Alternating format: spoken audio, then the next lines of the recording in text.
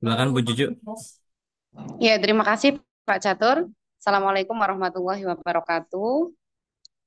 Selamat malam Bapak Ibu guru hebat semua. Alhamdulillah pada malam hari ini kita bertemu lagi di Ngopi Semalam, Ngobrol Pintar Selasa Malam di Temu Pendidik Mingguan yang ke-161 di Komunitas Guru Belajar Nusantara Kabupaten Wonosobo yang bekerja sama dengan PGRI, SLCC, Kominfo, dan Dinas Dikbora Kabupaten Wonosobo. Dan malam hari ini luar biasa, Masya Allah, terima kasih kami ucapkan kepada Bapak Muhtarom selaku dari perwakilan dari Dinas Dikbora Kabupaten Wonosobo.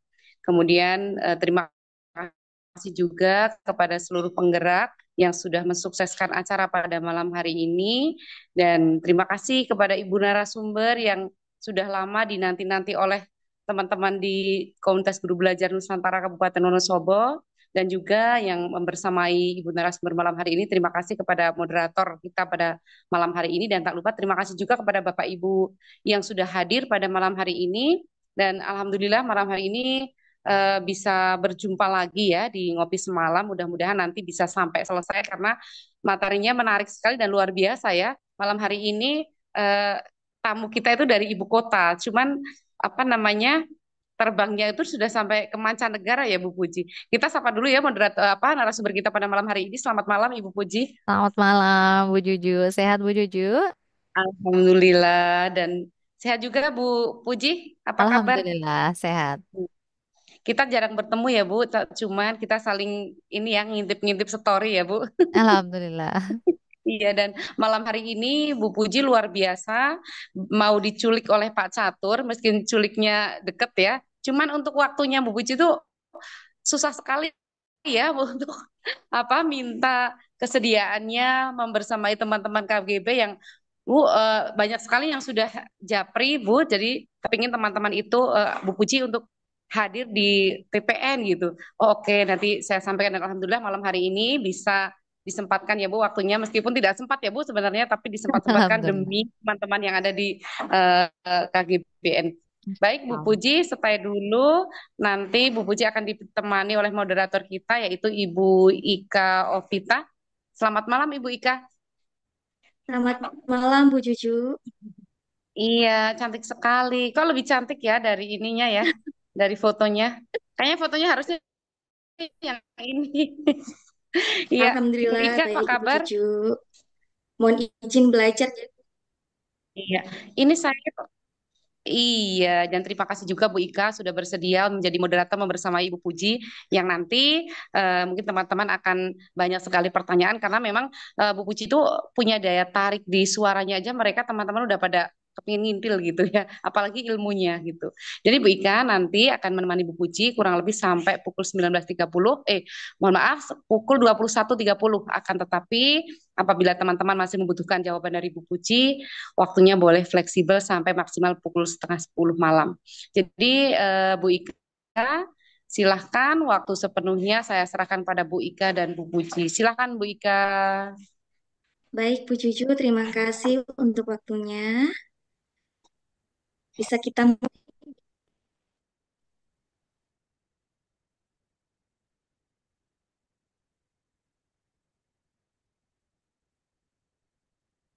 Apakah tempat Bu Ika nge-freeze? Bu Ika, saya tidak mendengar suara Bu Ika ini. Iya, sepertinya Bu Ika terpental. Belum ya, belum terpental ya. Cuman Pak Catur juga iya ya, sama ya. Nge-freeze juga Pak? Enggak, Bu. Masih on. Oh enggak. Ya, sebentar. Saya opening dulu. Saya bantu. Ya, dan Ibu Bapak sepertinya di tempatnya Bu Ika hari ini lagi nge-freeze ya. Jadi nanti kayaknya keluar dari freezer mau udah jadi bentar, bentar, bentar.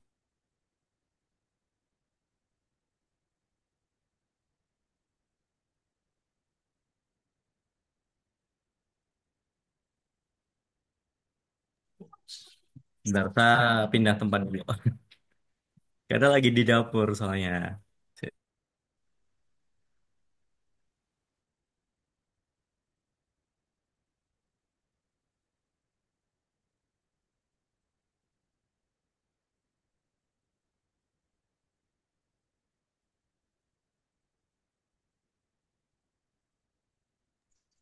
Pak Catur aman Pak Catur?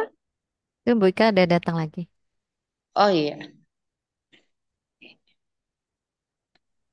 Aman Bu Ji. Bu Ika, Bu Bu Ika Ika udah hadir boleh ya? dilanjut. Oke. Baik, Bapak Ibu mohon maaf baru saja terlempar. Baik kita lanjut ya Bapak Ibu.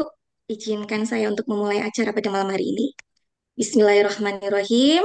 Assalamualaikum warahmatullahi wabarakatuh. Waalaikumsalam warahmatullahi Selamat wabarakatuh. malam, salam sehat dan salam sejahtera untuk kita semua. Alhamdulillahirabbil alamin. Assalatu wassalamu ala asrofil anbiya'i wal mursalin wa ala alihi washabihi ajmain amma ba'du. Yang terhormat kepada narasumber beliau Ibu Puji Narimawati, yang kami hormati Ketua, Pengurus dan Penggerak KGPN Kabupaten Wonosobo, yang kami hormati kepada beliau Bapak Muhtarom dari Disdikpora Kabupaten Wonosobo beserta jajarannya, dan tak lupa pula yang kami hormati kepada seluruh peserta hari ini.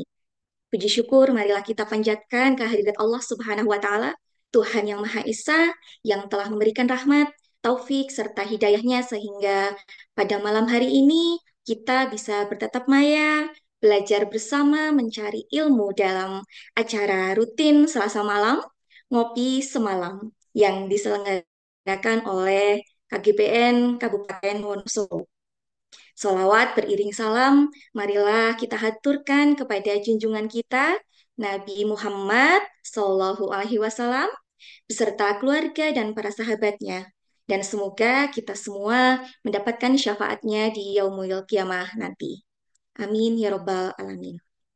Bapak Ibu guru hebat, perkenalkan saya Ika Ovita.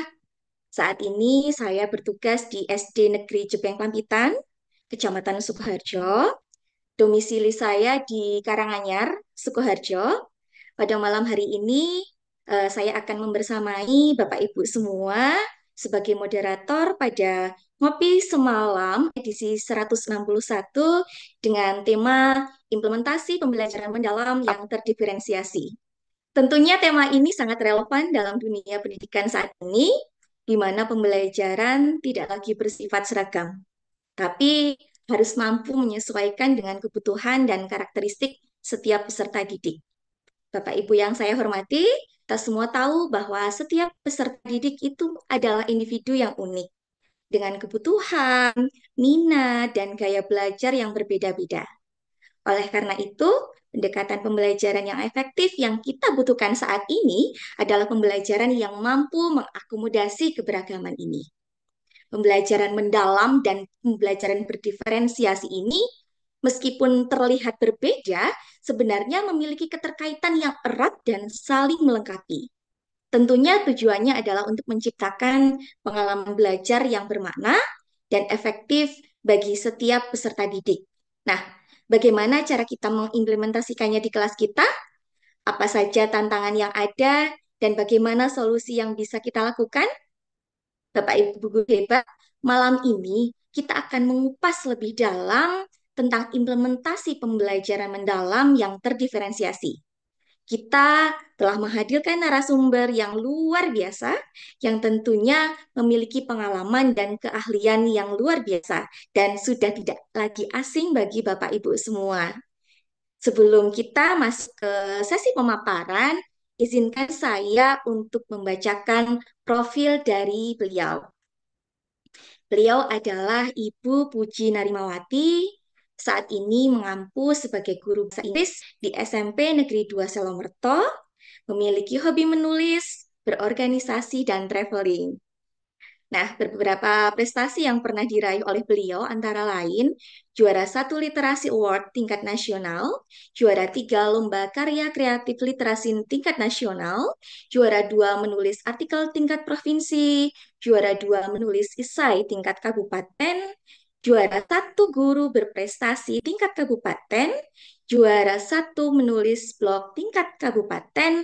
Nah, selain itu juga beliau menerbitkan beberapa buku, antara lain Membumi, Menginspirasi, Pendar-pendar Kebaikan, dan tentunya masih banyak lagi. Tidak bisa saya sebutkan satu persatu saking banyaknya.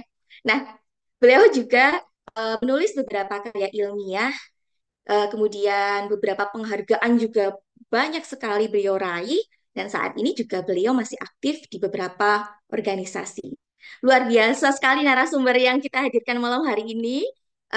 Sebelum kita menyimak pemaparan dari narasumber kita, alangkah baiknya kita sepakati terlebih dahulu bahwa nanti pada saat diskusi, Bapak Ibu dimohon untuk yang pertama, tidak menyela narasumber saat menyampaikan materi ataupun menjawab pertanyaan, mohon maaf.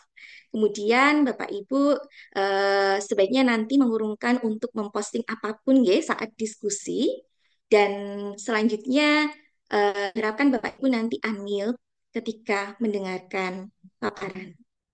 Baik, Bapak Ibu, tanpa berlama-lama lagi, mari kita simak bersama paparan menarik dari narasumber hebat kita tentang implementasi pembelajaran mendalam yang terdiferensiasi.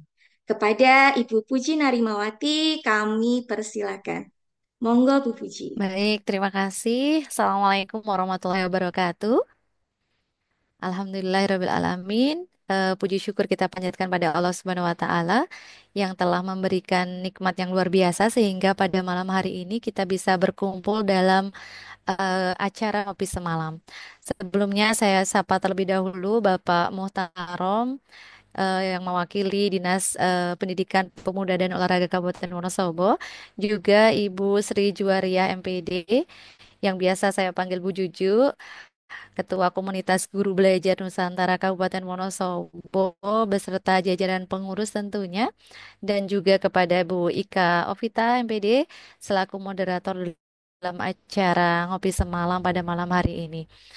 Luar biasa, sungguh skenario Allah. Alhamdulillah kita bisa berjumpa walaupun di dalam dunia maya ya. Pengen sekali ketemu sama teman-teman semuanya di dunia nyata, tetapi karena berbagai keterbatasan sementara waktu gitu ya, kita bertemu dulu di dunia maya untuk berdiskusi terkait tema-tema yang sedang hangat diperbincangkan baik di media sosial maupun di eh, kedinasan ya sebagai guru di sekolah masing-masing. Salawat serta salam semoga tetap tercurah kepada junjungan kita Nabi besar Muhammad Sallallahu Alaihi Wasallam. Semoga kita sebagai umatnya mendapatkan syafaat di akhirat kelak. Amin amin ya rabbal alamin. Bapak Ibu yang berbahagia, ubur-ubur ikan lele, acara ngopi semalam jangan sampai telat ya Le. Cakep, Jadi alhamdulillah ini ada cakep. 36 yang tidak terlambat. Nah, insya Allah nanti teman-teman eh, akan menyusul ya yang lain. Semoga nanti semakin banyak yang hadir dan berpartisipasi di kegiatan ngopi semalam yang luar biasa ini. Kalau saya lihat di flyer, ngopi semalam pada malam hari ini edisi 161 ya. Kalau rutin setiap Selasa seminggu sekali berarti kira-kira 3 tahunan lebih ya. 3 tahun lebih sedikit ya, 1 bulan 2 bulan. Alhamdulillah luar biasa, sebuah komunitas yang istiqomah ya untuk membangun motivasi belajar, terutama di kalangan guru. Karena tidak semuanya guru itu mau belajar, tetapi komunitas ini itu eksis ya. Saya lihat eksis, penuh dengan lika-liku tentunya, jatuh bangun tentunya, tetapi tetap selalu muncul di udara ya. Dan juga ada kegiatan-kegiatan lainnya yang sifatnya luring untuk bertemu dengan teman-teman yang lain. Saya apresiasi sekali kepada seluruh pengurus yang tetap solid ya untuk mengelola wadah ini, jangan sampai wadah ini apa ya namanya eh, bubar gitu ya karena sudah sedemikian bagus menggerakkan guru-guru yang ada di Kabupaten Wonosobo khususnya maupun kabupaten lain. Kadang acara seperti ini juga menarik untuk kabupaten lain ikut. Jadi tetap eh, eksis, tetap semangat dan tetap menjadi inspirasi buat guru-guru yang lain.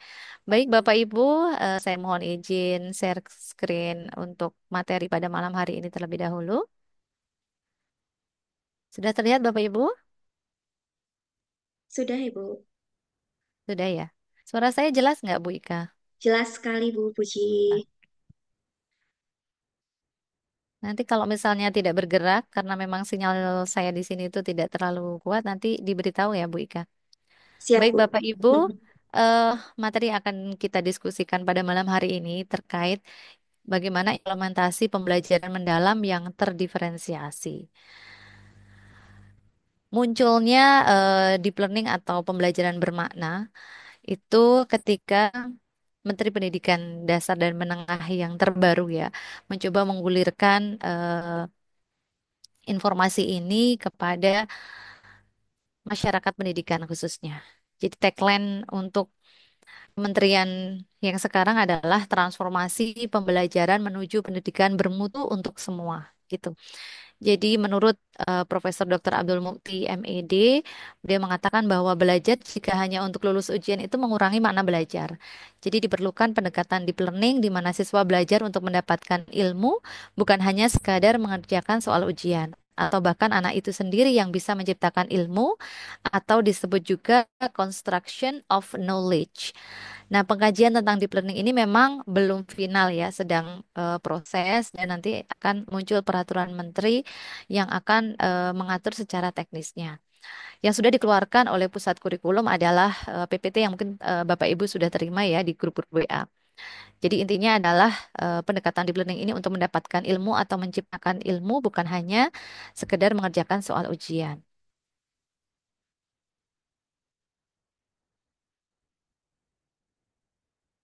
Apakah sudah ke slide berikutnya Bapak Ibu? Belum, Bu. Oh, Ya, sudah. sudah. Agak lama Sudah. ya memang ya. Eh, Kalau saya buat kecil seperti ini kelihatan tidak ya? Terlihat. Terlihat tapi Jelas sih Bu, kelihatan. terlihat ya. Oke. Jadi, Aman, hah? Kekecilan, aman, terlalu aman. kecil. Ya, enggak. Oke. Jadi bangsa yang cerdas dan maju itu diindikasi dua hal ya. Indikatornya pendidikannya bermutu dan pendidikannya untuk semua. Untuk pendidikan bermutu itu ada beberapa indikator. Yang pertama sarana dan prasarana yang memadai, kemudian pendidik dan tendiknya kompeten dan sejahtera. Jadi tidak hanya kompeten tetapi juga sejahtera. Kemudian lingkungan sosial budaya mendukung, pembelajaran adaptif dan bermakna. Sedangkan pendidikan untuk semua dimaknai dengan ketersediaan layanannya merata, kemudian pembiayaan pendidikan afirmatif, layanan pendidikan inklusif. Nah, posisi untuk pembelajaran diferensiasi dan bermakna itu di mana? Di sebelah sini, Bapak Ibu, di indikator yang terakhir. Pembelajaran adaptif berarti terdiferensiasi salah satunya, kemudian bermakna salah satunya adalah pembelajaran mendalam. Nah, Bapak Ibu, biasanya di media sosial itu kemarin sempat booming bahwa deep learning itu kurikulum ya, kurikulum baru yang akan menggantikan kurikulum Merdeka. Nah, ternyata Mendikbudristek menegaskan bahwa deep learning bukan kurikulum baru, melainkan hanya sebuah pendekatan pembelajaran. Jadi deep learning ini merupakan pendekatan pembelajaran yang bisa digunakan oleh guru untuk meningkatkan kemampuan peserta didik dalam memahami materi pelajaran. Nah, karena memang juknisnya yang lebih rinci itu belum keluar, maka kemudian memang di masyarakat pendidikan itu muncul tiga ambiguitas ya terkait dengan deep learning. Karena deep learning ini menjadi multitafsir ya di kalangan pengamat pendidikan, di kalangan sivitas akademik juga. Yang pertama, apakah yang dimaksud deep learning di sini merupakan bagian dari kecerdasan buatan atau AI? Kemudian yang kedua, apakah pembelajaran menggunakan teknologi deep learning pada AI? Dan yang ketiga, konsep deep learning pada manusia yang terdiri dari meaningful learning dan constructive learning. Ya, untuk eh, yang nomor satu ini, yang deep learning merupakan bagian dari AI. Saya pernah mengikuti pelatihan yang diselenggarakan oleh BPGP waktu itu di Solo bahwa deep learning merupakan bagian dari AI, tetapi masih dalam dataran umum ya, belum sampai ke teknis di kelas seperti apa gitu ya. Sehingga saya batasi untuk diskusi kita kali ini, saya ambil yang poin yang ketiga, yaitu terkait dengan konsep deep learning pada manusia yang terdiri dari meaningful learning dan constructive learning. Jadi kalau deep learning yang dimaksud bagian dari AI ini, saya tidak akan membahasnya di kesempatan kali ini ya, mungkin di lain kali. Nah, ini yang kemudian sudah beredar di teman-teman ya. Teman-teman insya Allah sudah membaca terkait dengan PPT yang beberapa halaman sudah dibaca oleh teman-teman. Nah, diambil judul pembelajaran mendalam. Ini sudah konsultasi dengan Balai Bahasa. Jadi, memaknai deep learning diartikan dengan pembelajaran mendalam dalam rangka untuk eh, apa ya, melestarikan bahasa Indonesia ya. Jadi jika ada bahasa Indonesia, maka pemilihan bahasa asingnya untuk sementara di apa namanya ya, disisihkan terlebih dahulu karena ada bahasa Indonesia. Nah, di pembelajaran mendalam ini tadi tagline-nya transformasi pembelajaran menuju pendidikan bermutu untuk semua. Di sana dikatakan tentang pembelajaran mendalam. Definisinya, pembelajaran mendalam merupakan pendekatan yang memuliakan dengan menekankan pada penciptaan suasana belajar dan proses pembelajaran sadaran atau mindful, bermakna atau meaningful, dan menggembirakan atau joyful melalui olah pikir dari sisi intelektual, kemudian olah hati dari sisi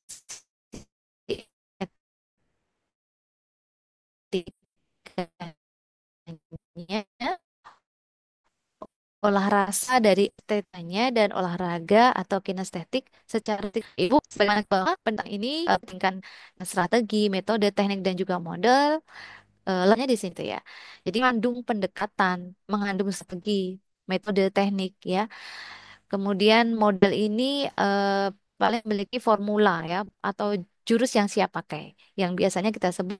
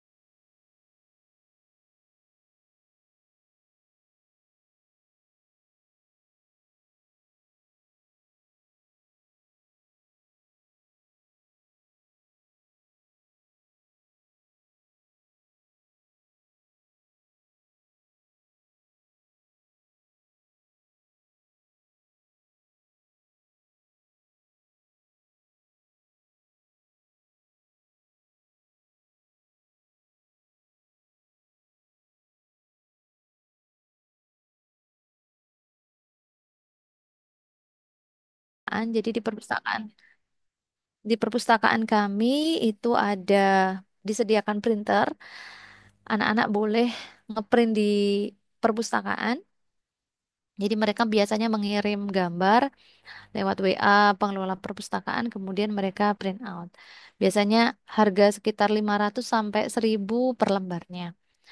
Kemudian mereka setelah mendesain poster itu mereka mengunggah di Instagram. Itu pun juga ditawarkan. Ada beberapa media sosial yang mereka senangi gitu ya. Biasanya Instagram dengan TikTok. Tetapi mereka memilih di Instagram saja, Bu, gitu. Ya sudah, karena memang kesepakatan kelas di Instagram, jadi dipilihlah Instagram ini sebagai media untuk saling memberikan feedback. Kemudian menempel poster di tempat strategis. Ini diferensiasi prosesnya. Masih di memonitor keaktifan dan perkembangan proyek. Kita memonitor setelah mereka print out gitu ya. Di tahap aplikasi, setelah mencetak poster dan ditempel di tempat strategis sesuai dengan fungsinya. Kalau yang poster save electricity, nah mereka tempel di atas stop kontak. Biar mereka ingat, kadang-kadang sering sekali saya masuk kelas itu, lampu masih dalam keadaan menyala.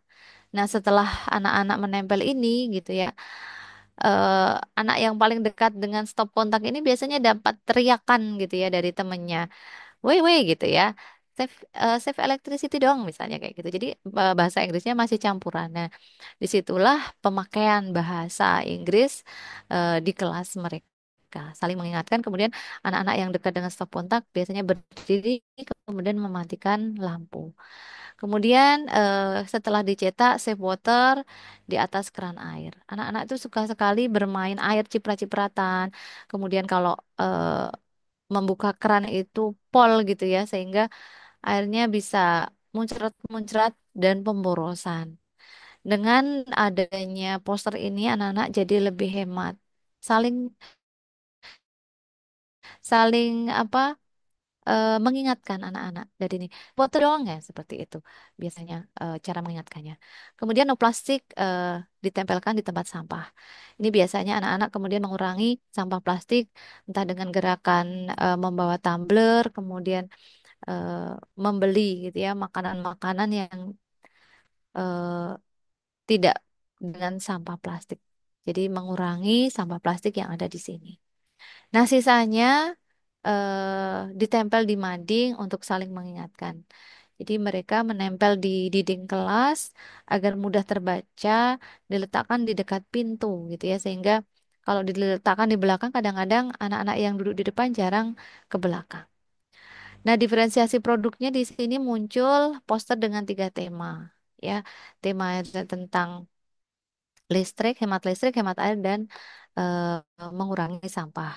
Kemudian diferensiasi produk yang lain adalah posternya ada yang disertai tips gitu ya, ada yang posternya manual. Karena ada di dalam satu kelas itu ada anak yang kesulitan mungkin ya untuk membuat dengan Canva, jadi dia menggambar gitu ya, menggambar lalu difoto baru diposting di Instagram. Ini juga diperbolehkan, tidak masalah, tidak harus dengan Canva. Kemudian poster ditambahkan gambar ilustrasi. Ini anak-anak yang sudah kreatif. Ada juga yang poster hanya slogan sederhana. Jadi cuma tulisan seperti itu. Nah, memang kemampuan anak berbeda-beda. Kita tetap mengakomodir produk mereka, tetap memberikan apresiasi. Mereka sudah menghasilkan bahasa poster saja itu mungkin sudah penuh perjuangan ya usahanya. Mari effortnya mereka kita apresiasi. Nah, yang kelima di proyek ini kita ada langkah menguji hasil. Menguji hasil dengan cara mereka saling memberi pendapat atau komentar atau pertanyaan di kolom komentar di Instagram. Jadi setelah diposting gitu ya, di tahap mengaplikasi, ini ada tahap extending knowledge ya, pendalaman pengetahuan. Jadi ketika mereka menanggapi komentar temannya, ya menanggapi komentar guru baik lisan maupun tertulis. Lisan ini di presentasi, kemudian tertulisnya di Instagram. Jadi ada dua, setelah mereka posting di Instagram dan mendapatkan komentar dari teman-temannya, mereka juga akan mempresentasikan secara berkelompok poster yang mereka buat. Jadi lebih dalam. Setelah dikupas di Instagram, masih juga dikupas di presentasi, juga dikupas oleh gurunya gitu. Nah, di sini diferensiasi produknya adalah produk berbahasa. Jadi kemampuan mengkomunikasikan dalam berbagai bentuk. Ya, bahasa caption di Instagram itu berbeda-beda. Cara mereka membuat tulisan, deskripsi dari poster yang mereka posting di Instagram. Kemudian cara memuji itu beragam.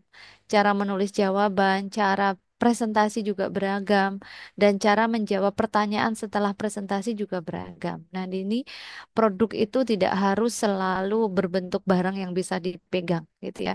Kalau untuk bahasa, produknya adalah bisa lisan, bisa tertulis, gitu. Kemudian yang keenam, evaluasi pengalaman belajar. Ini kalau di pembelajaran mendalam ada di tahap merefleksi. Mereka ada refleksi per kelompok karena saya ingin mengetahui bagaimana kolaborasi mereka. Walaupun dalam setiap pertemuan saya sudah melihat kolaborasi per kelompok, tetapi perlu eh, evaluasi bersama-sama, kekurangan kelebihannya apa terkait dengan kerjasama mereka. Kemudian juga ada refleksi individu terkait dengan kompetensi menulis bahasa Inggris mereka. Jadi writing skill-nya mereka itu meningkat di bagian apanya gitu.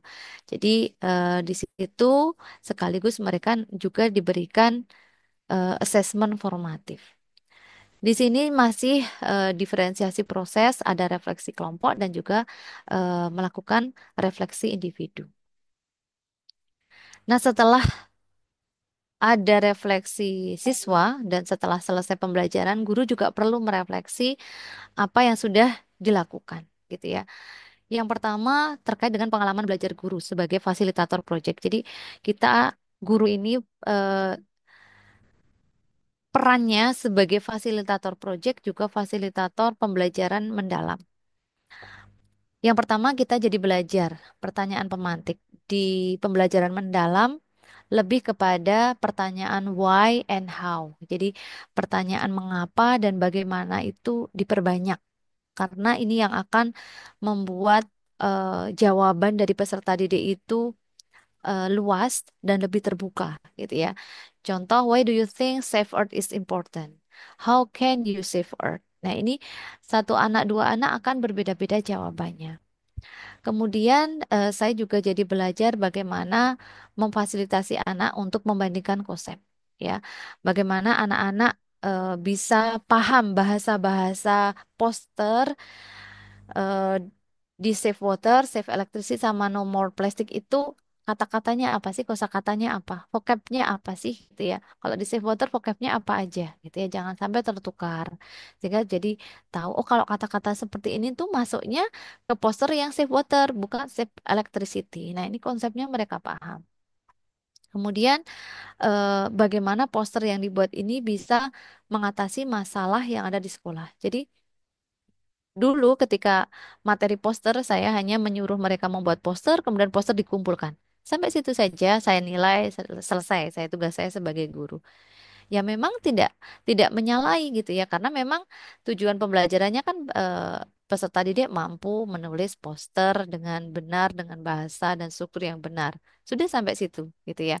Tetapi di sini ketika kemudian kita ke pembelajaran mendalam kita fokus setelah ini ngapain ya? Setelah poster ini jadi terus diapain ya? Nah, ini eh, kita kemudian belajar ke sana. Kemudian di pembelajaran mendalam ini saya juga belajar tentang umpan balik konstruktif. Bagaimana memberikan tanda pada tulisan anak yang salah itu dengan kemudian ini salah ya, tetapi kemudian eh, dengan bertanya alasannya. Kenapa jawabannya ini? Kenapa kamu menulis ini? Kenapa hurufnya seperti ini, gitu ya.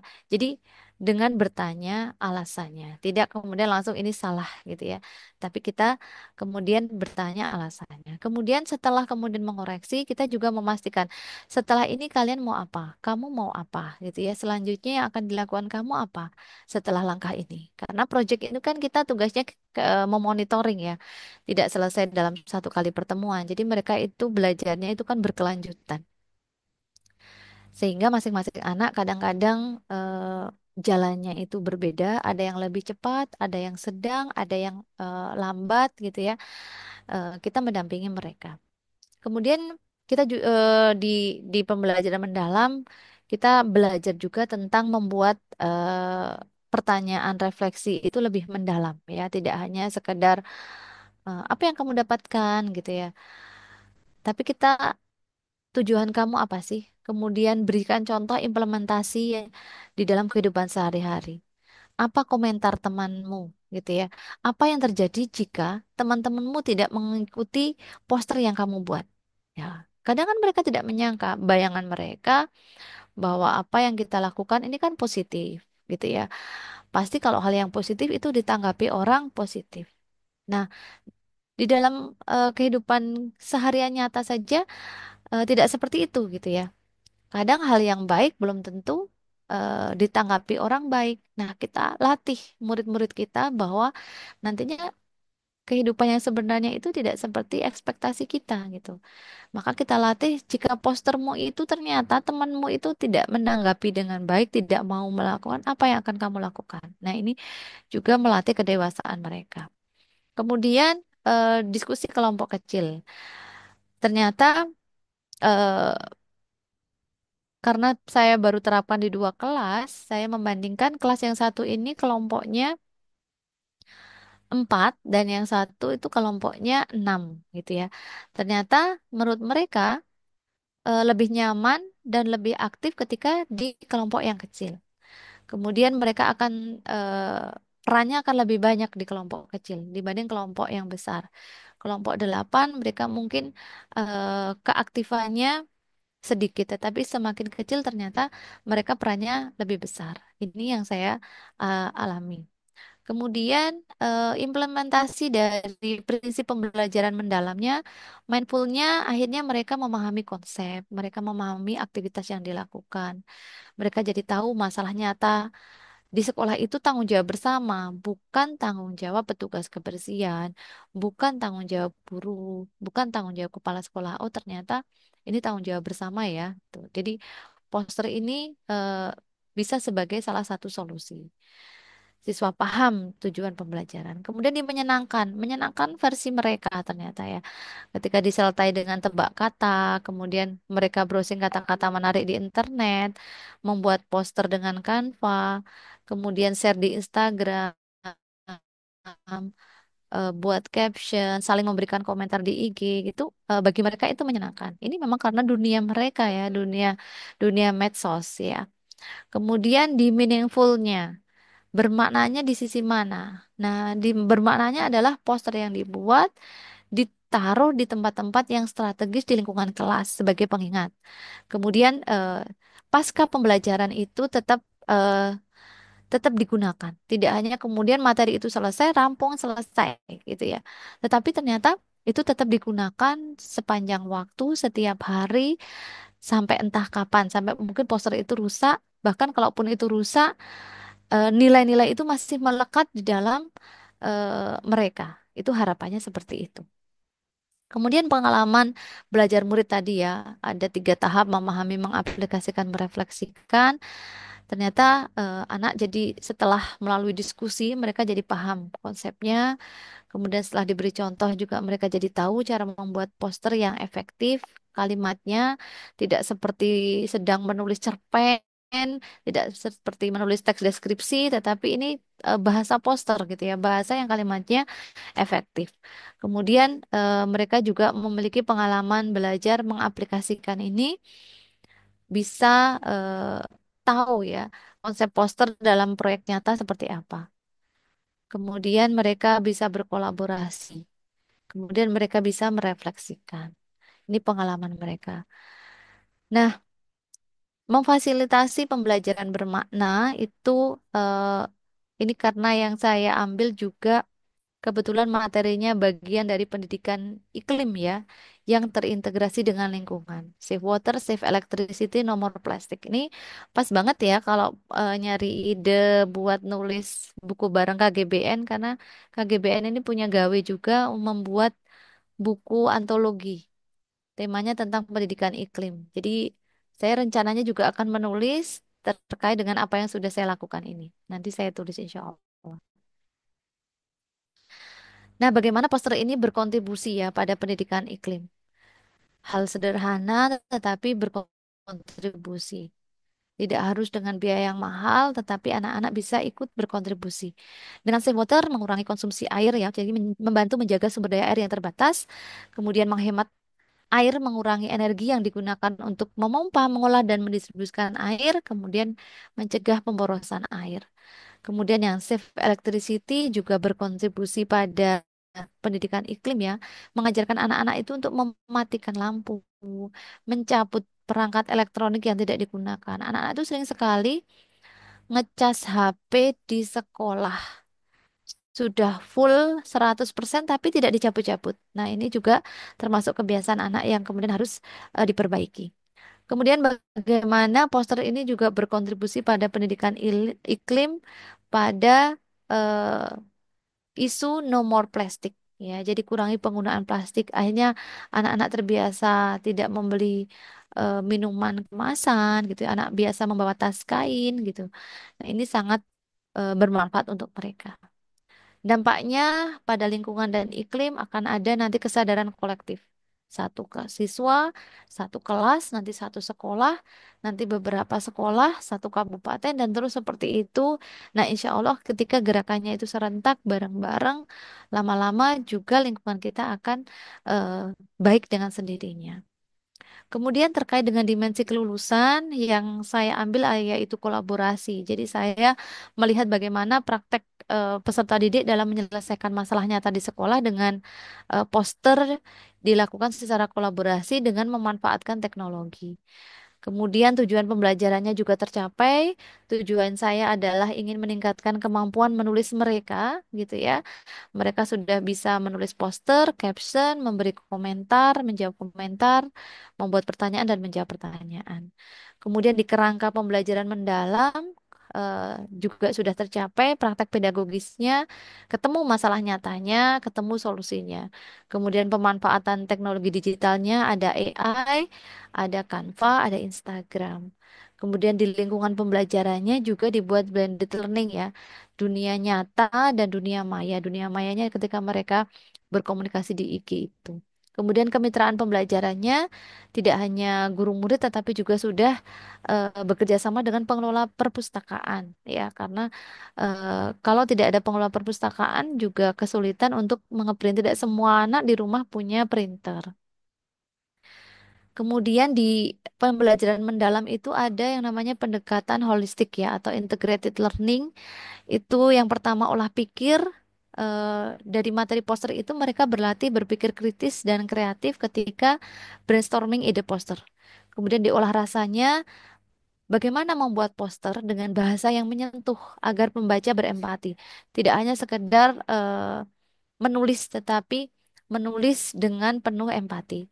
Kemudian di olah hatinya, mereka membuat kesepakatan kelas. Nih, poster udah tertempel nih di dinding kelas, kemudian di atas kran, di atas stop kontak, kemudian di atas tempat sampah. Yuk kita buat kesepakatan kelas gitu ya. Kita jaga kebersihan bersama-sama. Kalau diingatkan jangan marah. Karena anak-anak remaja itu termasuk sumbu pendek ya. Kalau diingatkan itu marah, marah juga bisa nendang tempat sampah gitu ya sampai nanti rusak, bisa nanti kerannya dipukul ya remaja ya. Karena memang saya mengajar di SMP itu mengolah rasa dan mengolah hati itu memang pekerjaan yang luar biasa. Kemudian yang olahraga ini memajang poster di lingkungan sekolah dan kampanye. Nah, ini yang belum terlaksana, yaitu mereka kemudian harusnya kampanye di seluruh kelas-kelas ya. Di sekolah kami ada 24 kelas. Nah, ini harusnya olahraganya di sana.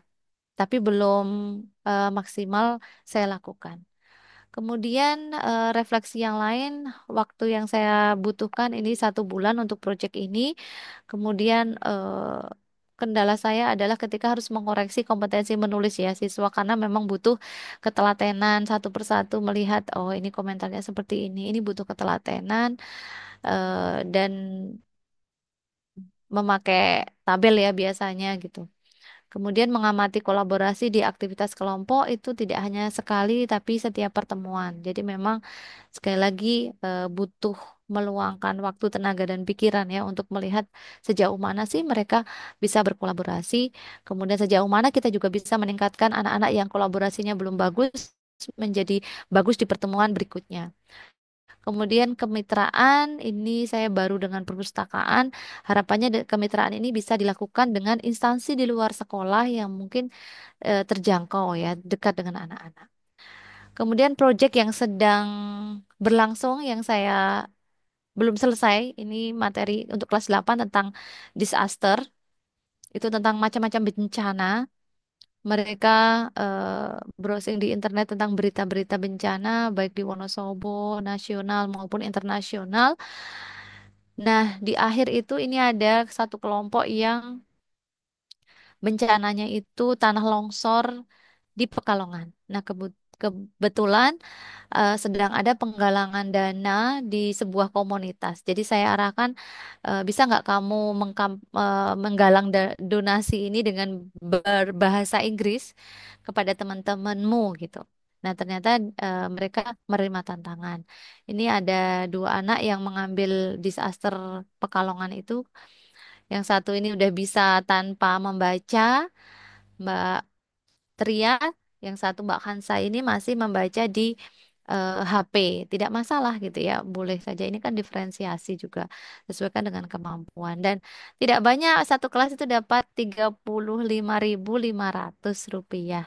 Nah, saya setorkan ke komunitas yang digabungkan jadi 5.700.000 dan sudah diserahkan ke korban di Pekalongan. Artinya belajar di kelas, tapi manfaatnya tidak hanya di kelas, bisa dirasakan oleh yang lain gitu.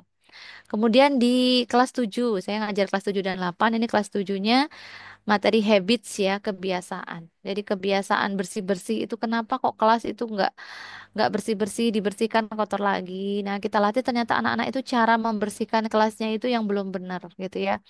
Jadi mereka nanti akan bercerita tentang kebiasaan membersihkan kelas. Jadi saya suruh bawa, ada yang ditugaskan bawa sapu, bawa pel, bawa lap, bawa kemoceng, bawa eh, pembersih kaca dan sebagainya. Kita lihat betul ternyata memang cara membersihkannya itu memang belum benar. Setelah itu mereka nanti akan bercerita pengalaman mereka terkait membersihkan lingkungan kelas. Ini belum selesai, masih proses, jadi belum bisa cerita banyak terkait dengan dua em, materi yang sedang saya lakukan di kelas saya. Terakhir, di kesimpulan, pembelajaran mendalam itu prinsipnya berkesadaran bermakna menggembirakan, kemudian pengalaman belajarnya ada tahap memahami, mengaplikasi, dan merefleksi. Kerangka pembelajarannya harus ada praktek pedagogis, pemanfaatan teknologi digital, lingkungan pembelajaran, dan kemitraan pembelajaran.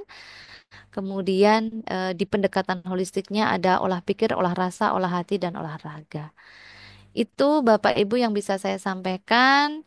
Mari kita buat rencana pembelajaran mendalam. Kalau Bapak Ibu kesulitan mencari ide, Bapak Ibu bisa berbantu AI. Ini bisa buat prompt Bapak Ibu yang saya warna merah bisa diganti dengan model pembelajaran yang Bapak Ibu ingin lakukan. Ini nanti saya share, Bapak Ibu bisa tinggal copy paste, diklik di ChatGPT atau Gemini gitu, atau di Magic AI di Canva, tinggal klik aja nanti Bapak Ibu akan mendapatkan banyak ide.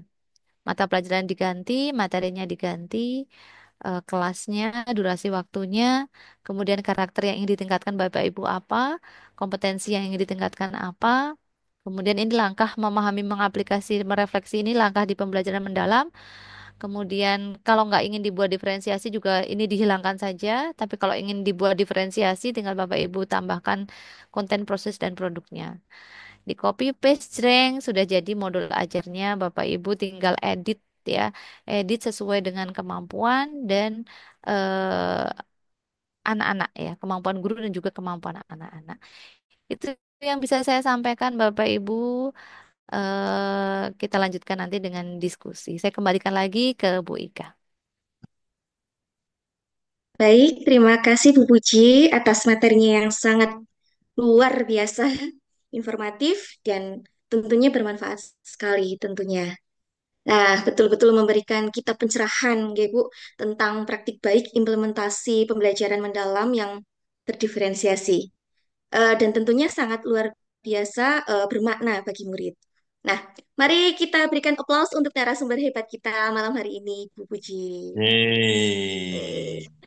Baik, Bapak Ibu guru hebat, kita sudah mendengarkan materi yang menarik dari Bu Puji dan ternyata kita bisa belajar banyak eh, apa namanya? Belajar banyak hal yang bisa kita implementasikan nantinya di sekolah kita masing-masing. Nah, baik Bapak Ibu, untuk sesi selanjutnya saya akan membuka kesempatan kepada Bapak Ibu semua yang ingin bertanya. Untuk termin pertama, tiga penanya. Monggo kepada Bapak Ibu kami persilakan untuk raise hand atau menuliskan pertanyaan di kolom chat bagi yang ingin bertanya ataupun berbagi praktik baik. Mungkin ada Bapak Ibu di sini yang memang sudah menerapkan implementasi atau mengimplementasikan pembelajaran mendalam yang terdiferensiasi. Baik, Bu Puji, kita di kolom chat ternyata sudah ada pertanyaan, Bu Puji. Oh ya, Ya, dari Ibu Hardini Puspa Cahyani. oh ya. Terkait pertanyaannya, apakah ada kendala yang dialami Bu Puji dalam menerapkan pembelajaran mendalam di kelas? Monggo, Bu Puji mau langsung menjawab atau kita simpan dulu nanti untuk tiga penanya? Ini satu-satu dulu ya dari kendala ya. Oke, monggo Bu Puji. Ya, terima kasih Bu Dini ya kalau tidak salah ya. Bu Hardini Puspa Cahyani, Bu Dini ya. Tentu saja eh, setiap menerapkan baik model, baik strategi, baik pendekatan itu tentu ada kendalanya ya. Kendala yang pertama tentu dalam merencanakan ya. Dalam merencanakan kita kadang-kadang mati ide gitu ya, mati ide. Jadi kita bisa dengan eh, literasi informasi tentunya ya. Kita banyak baca. Jika baca saja tidak cukup, kita bisa ikut pelatihan gitu ya. Kita juga bisa browsing di internet, bisa juga berbantu AI. Ketik saja, buatkan saya 5 ide pembelajaran mendalam materi apa misalnya gitu ya. Nanti dari AI itu akan memberikan banyak ide. Nah, kira-kira kita lihat ide yang pertama ini pas nggak ya? Aku mampu nggak ya gitu ya? Anak-anakku mampu nggak ya gitu ya? Oh ternyata enggak. Lihat lagi ide yang kedua. Nah seperti itu di perencanaan ya. Kemudian yang kedua di pelaksanaannya. Ya, di pelaksanaannya tentunya biasanya yang akan kesulitan adalah terkait dengan manage waktu. Manage waktu. Jadi ketika pembelajaran project atau problem atau discovery, saya biasanya tidak hanya sekali waktu langsung selesai. Itu saya sudah ngukur diri sendiri. Saya ngukur kemampuan saya ngukur murid saya. Anak-anak tidak akan selesai dalam sekali pertemuan. Sehingga saya buat misalnya untuk materi ini akan beberapa kali pertemuan. Gitu ya, sehingga eh, yang kita fokuskan adalah materi esensialnya. Tidak terlalu banyak materinya, materinya sedikit tetapi anak mendalam menguasainya dibandingkan dengan banyak sekali kosakata yang kita berikan, tetapi ternyata tidak nyantel semuanya. Karena kemampuan fokus anak sekarang itu karena sudah ada HP ya, karena sudah ada HP itu kemampuan harus kita sadari kemampuan fokus belajar anak itu menurun.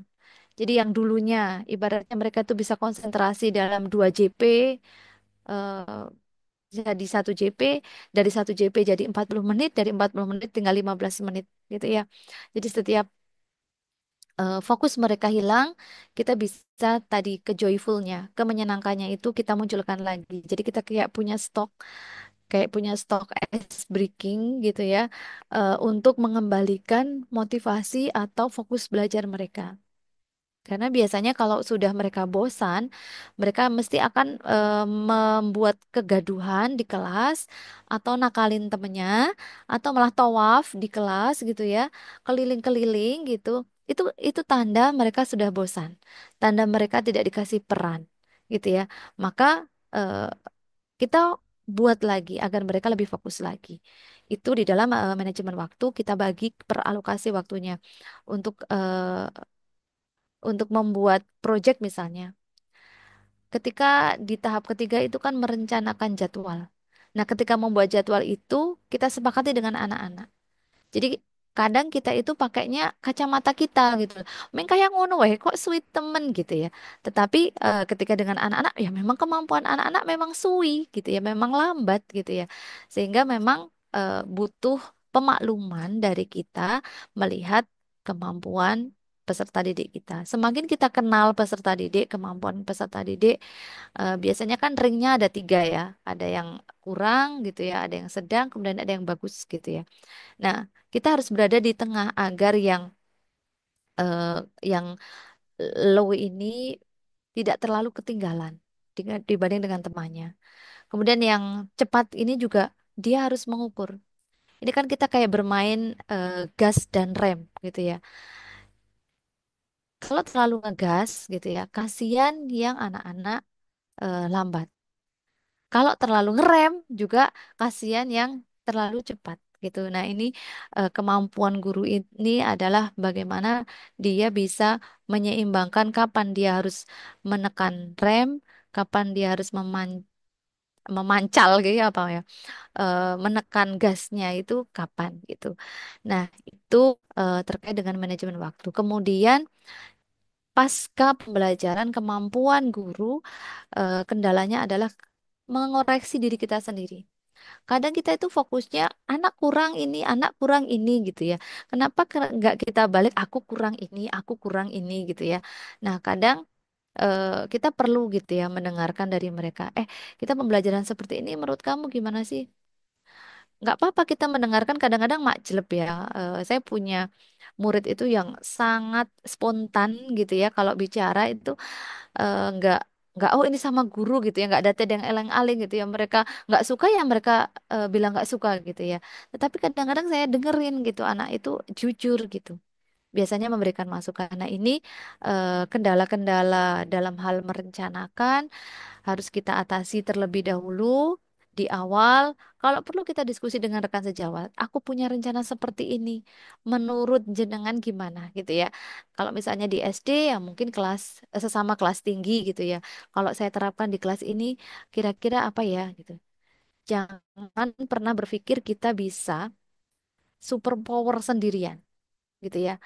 Justru semakin kita itu diskusi dengan rekan sejawat, kita berkolaborasi, justru itu akan mengurangi dan mencegah hal-hal yang tak terduga. Karena kemampuan kita ini terbatas. Tapi kalau kita tidak malu bertanya, untuk hal yang positif tentunya ya. Jangan pernah malu untuk berkonsultasi dengan teman. Dan jangan menganggap remeh teman kita. Bisa jadi, oh dia guru baru, belum berpengalaman. Justru guru-guru baru itu dapat informasi yang fresh gitu ya. Saya kemarin diskusi sama guru-guru baru gitu ya. Eh, Mereka luar biasa sekali gitu ya ide-idenya gitu ya. Kita nih orang-orang tua itu kadang-kadang udah ketinggalan zaman gitu. Tetapi guru-guru eh, baru belum tahu karakteristik anak-anak gitu. Anak-anak yang mereka bayangan mereka adalah seperti mereka gitu ya. Semangatnya adalah sedang menggelora seperti mereka gitu ya. Padahal guru-guru yang sudah lama ini lebih tahu. Jadi memang harus berkolaborasi. Jangan bekerja sendirian. Nah, itu kendala-kendalanya insya Allah bisa diatasi baik dari merencanakan, pelaksanaan maupun pasca. Yang penting mau berkolaborasi dan jangan ingin tampil sendirian. Capek gitu ya. Capek tampil sendirian. Tapi kalau kita berbagi peran dengan teman, kadang malah nanti buat modul ajar aja barengan gitu ya. Barengan buat modul ajarnya saling apa namanya melengkapi. Itu untuk Bu Dini. Jadi insya Allah kendala untuk pembelajaran mendalam tidak masalah. Sekarang sudah banyak sekali fasilitas yang membantu kita, gitu ya. Hanya saja memang kita harus fit, kita harus beres dulu dengan fisik kita, dengan hati kita. Karena kalau kita sedang tidak baik-baik saja kondisinya, ya kan, bagaimana kita bisa mentransfer? Ya kan, kita harus dalam kondisi baik-baik saja. Apapun yang terjadi di rumah tangga kita, gitu ya, masuk kelas harus dengan bahagia.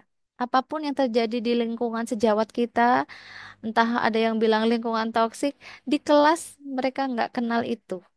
Yang mereka inginkan adalah mendapatkan guru yang bahagia. Guru yang mengerti mereka, yang memaklumi mereka. Insya Allah seperti itu. Itu ya Bu Dini terkait dengan pembelajaran mendalam. Intinya cari makna dari setiap materi yang kita ajarkan. Sesuatu yang berasal dari makna pasti akan ditangkap maknanya juga oleh anak-anak.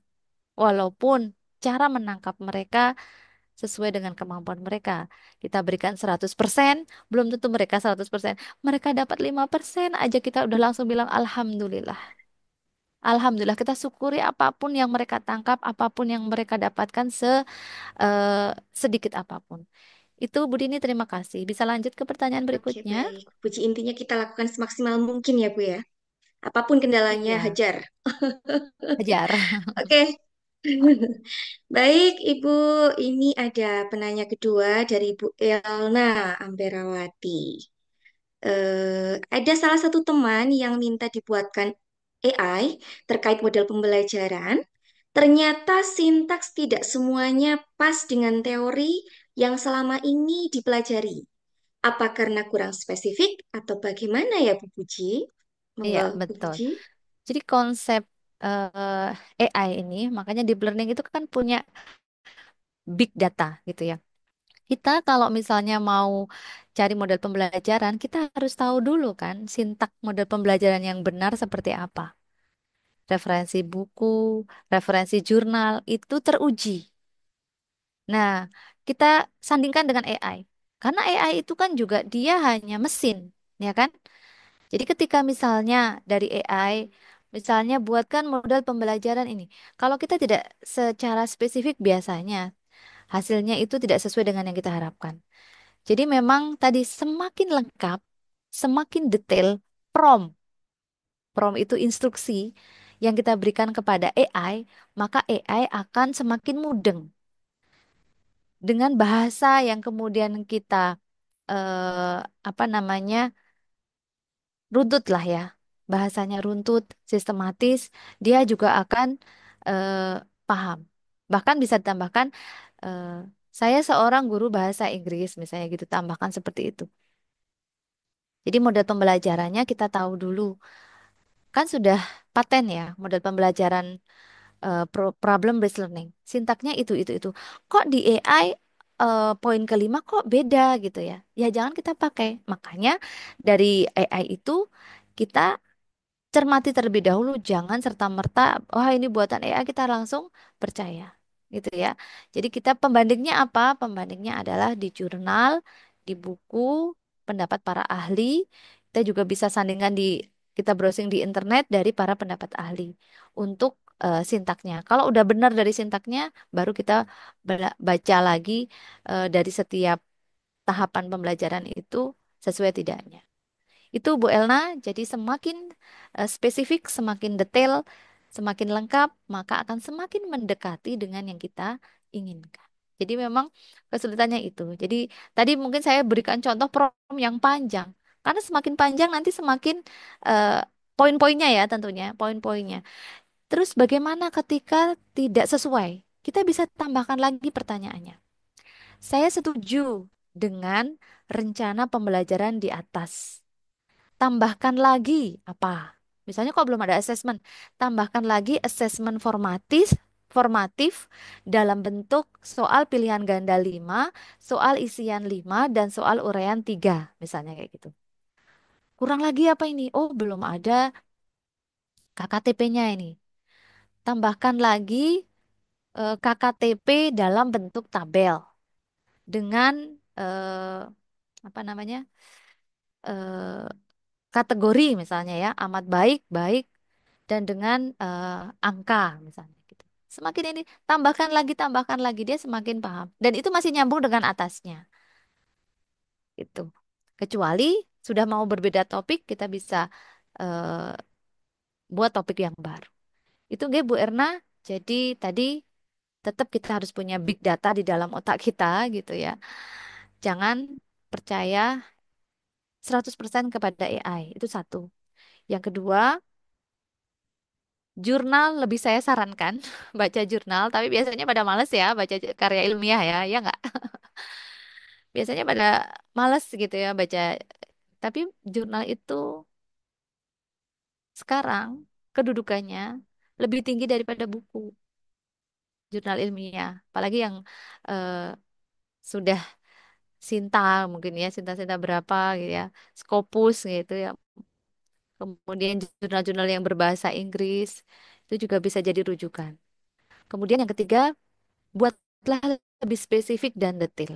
Itu tiga hal yang eh, harus kita lakukan, harus kita perhatikan sebelum kita membuat prompt di AI. Itu terima kasih Bu Elna. Baik, Bu, intinya Ada promnya lagi yang harus lain? detailnya. Bagaimana Bu Iya, Elna, sudah detail. terjawab? Bu Elna? Oke, kita lanjut ke pertanyaan selanjutnya ya Bu Puji. Ada dari Ya, Ibu Imro'atus. Nih, bagaimana kalau anak-anak tidak pegang gawai, Bu? Ini kaitannya bagaimana dengan kalau yang anak-anak awal tidak tadi. pegang gawai? Berarti Mm-mm. eh, belum ke teknologi ya. Misalnya materinya tergantung materinya ya. Kalau materinya tidak berbau teknologi dan anak-anak tidak boleh bisa punya dipinjami laptop atau misalnya kita tampilkan laptop guru kemudian ditampilkan memakai LCD. Karena anak-anak mungkin SD kan belum boleh ya. Kayak anak saya juga SD kan juga di sekolah tidak boleh bawa HP ya. Tetapi di sekolahnya itu biasanya ada pinjaman ya dari Lab TIK. Di Lab TIK itu ada pinjaman tentunya dengan bimbingan gurunya. Bahkan setelah ini klik ini itu tuh dipandu, dibimbing satu persatu ya kalau untuk anak SD. Karena mungkin pegang mouse aja mereka masih kayak dipencet semuanya kayak gitu ya untuk anak-anak SD. Ini nggak tahu ini anak-anaknya kelas berapa ya? Bagaimana kalau anak tidak pegang gawai? Eh, Kira-kira kelas berapa ya ini Bu Imroatis ya? Itu SD. Kalau SMP juga sama ya. Intinya kan sekarang sudah ada fasilitas TIK atau pakai laptop eh, guru gitu ya. Itu bisa kita memperkenalkan. Ya tugasnya juga mungkin bisa kalau misalnya dibawa ke rumah juga boleh di rumah ditemani eh, apa namanya orang tua misalnya juga boleh. Teknologinya juga mungkin yang sederhana ya untuk anak-anak SD. Kalau tadi poster bikin desain itu anak-anak SMP memang sudah bisa. Kalau SD gimana Bu Ika? Kalau di SD anak-anak sudah kan udah paling nggak sudah mengenal Canva ya rata-rata ya. Mulai Sudah, dikenalkan, mulai betul. dikenalkan. Jadi tergantung apa ya letak sekolahnya juga ya. Ada yang sama sekali belum kenal. Ada yang kemudian guru mengenalkan lewat tadi LCD. Kalau tidak ya guru mau bawa laptop di sekolah, mengenalkan ini loh ada cara membuat seperti ini. Baru mengajarkan dulu berarti baru tahap surface learning. Jadi sebelum deep learning itu ada namanya surface learning. Kalau baru mengenalkan cara membuat, ini tutorialnya itu baru di surface learning. Kalau deep learning mereka nanti yang akan mengaplikasikan sendiri. Kan bertahap. Sebelum deep learning, service learning dulu. Service learningnya belum lulus, ya jangan dipaksakan deep learning dulu. Seperti itu. Itu, Ini menambahkan dari Bu Sanidah, Bu Puji, kesulitan ke sinyal, Bun, apalagi kalau semua murid bawa HP. Itu kan sebenarnya kalau sekolah kan beberapa sekolah yang punya apa namanya tablet ya Bu, Asep. Lah mungkin Mm-mm. ketika dipakai semua itu sinyalnya jadi nguar terus Bu. Kesulitan gitu, Hmm, gimana kalau seperti itu? ya, biasanya anak-anak itu, kalau di kelas saya itu, di kelas 8G, itu di kelasnya itu nggak ada sinyal. Jadi Bu, boleh nggak izin kami keluar, mencari sinyal gitu. Ayo kita bareng-bareng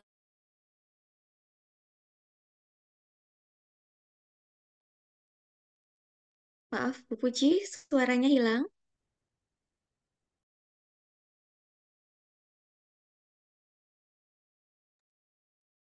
Ibu?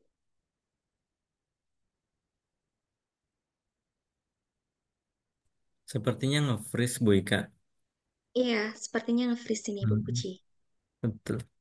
Dan di kolom chat juga sudah banyak yang tanya ya, terutama dari Pak Guntur Sakti Dewangga. Ini Betul. pertanyaannya keroyokan, gak hujan di Bu Ika. Iya ini, Pak. Ada 3 pertanyaan. Mm-mm. Ada empat pertanyaan malah ini. Oh, Bu Puji ternyata Oke, terlempar ini, ini Pak. terlempar dulu. Kayaknya memang akhir-akhir ini tuh sinyal lagi kurang bagus ya. Hmm. Ya, tadi Bu Puji dari awal sudah Hmm. apa namanya rasan sama saya. Kemungkinan nanti bisa sinyalnya nggak bersahabat karena dipakai satu rumah gitu, Pak. Oke. Kita tunggu. Hmm. Mm-mm. Mungkin kita juga bisa sambil sharing-sharing dengan rekan-rekan yang lain ya Bu Ika terkait mungkin pernah Bisa boleh. menerapkan ini kegiatan pembelajaran di mana di situ ada approach-nya itu ada deep learning. Mungkin ada juga yang udah menerapkan tapi memang itu nggak tahu kalau itu meaningful, apa mindful atau joyful gitu ya. Ya. Sambil menunggu Bu Puji, mungkin Hmm. barangkali ada yang ingin berbagi praktik baiknya terkait dengan implementasi pembelajaran mendalam atau deep learning ini, boleh Bapak Ibu raise hand sambil menyebutkan asal sekolah. Monggo, Bapak Ibu kami persilakan. Oke, aku kalau Bu Helga kita lihat di tingkat SMK coba. Bu Helga, apakah posisinya aman? Ya Allah, mohon maaf ini terpental. Oh iya, udah masuk lagi. Terpentalnya di yang Ya. empuk ya, di busa Ya, jadi aman. Oh, ini belakang saya kasur. Jadi seperti itu. Kalau sinyalnya ini juga memang melatih kesabaran, kadang nggak gurunya harus tethering gitu ya. Dan selama 1 semester tidak harus kita kemudian setiap materi itu menggunakan teknologi ya. Mungkin kita bisa dalam 1 semester 1 kali proyek. Yang lainnya pakai discovery gitu ya. Yang tidak project juga tetap kita pakai, misalnya tidak yang harus produknya itu berhubungan dengan teknologi gitu ya. Jadi bagaimana pembelajaran mendalamnya ya skip yang teknologi dengan alasan tidak memungkinkan gitu ya. Jadi kalau tadi kerangka mendalamnya itu kan ada 3, praktek pedagogis, lingkungan belajar, sama satunya lagi apa Mbak? Satunya lagi itu kemitraan. Jadi baru 3 itu. Untuk yang pemanfaatan teknologi berarti belum. Ya, mungkin teknologinya yang lain. Teknologinya bukan teknologi digital. Teknologinya mungkin oh di daerahnya itu ada mesin pembuat apa begitu. Kan itu juga berbau teknologi, ya kan? Anak-anak diajak ke sana gitu ya. Ada pembangkit listrik tenaga air. Nah, itu juga bagian dari teknologi. Jadi tidak harus teknologi itu teknologi digital yang hubungannya dengan AI, yang hubungannya dengan Canva gitu ya. Tapi teknologi yang lain. Seperti itu sebagai solusi di daerah-daerah yang minim internet ya. Jadi bisa diajak ke tempat-tempat yang nyata gitu. Seperti itu Bu Saida.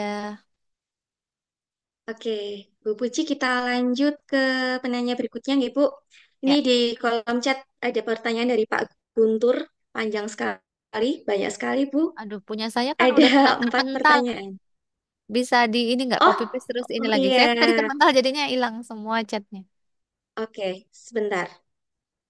Saya kopikan ya. Ya, copy. Atau kalau nggak Oke. dibacakan boleh. Mudah-mudahan rekaman dan PPT-nya di-share di sini. Terima kasih, Bu Rita. Oke, Bu Ika bisa Oke. nge-share tadi kayaknya saya udah kirim ke Bu Ika. Nanti Bu Ika bisa bantu karena mungkin tidak semua bergabung dalam grup KGBN kan ya yang ikut ini. Jadi mungkin bisa di-share PPT-nya Mm-mm. atau mau dibuat link juga bisa. Sambil nyambi nanti saya pas jawab. Oke, baik Bu, saya bacakan saja nih Bu. Iya, bacakan saja. Ya. Pertanyaan pertama dari Hmm? Pak Guntur. Menarik sekali materinya. Izin bertanya, Bu Puji. Ya. Maaf, ada beberapa Oke. pertanyaan. Yang pertama, tadi ada salindia, isinya bahwa pembelajaran mendalam adalah pendekatan, diferensiasi itu strategi. Ya. Nah, dari kuliah sampai saat ini saya masih kebingungan membedakan dua hal itu. Boleh dong Bu dijelaskan perbedaan antara pendekatan dan strategi? Oke. Mungkin seperti itu. Saya share ya. Pendekatan dan strategi. Ya,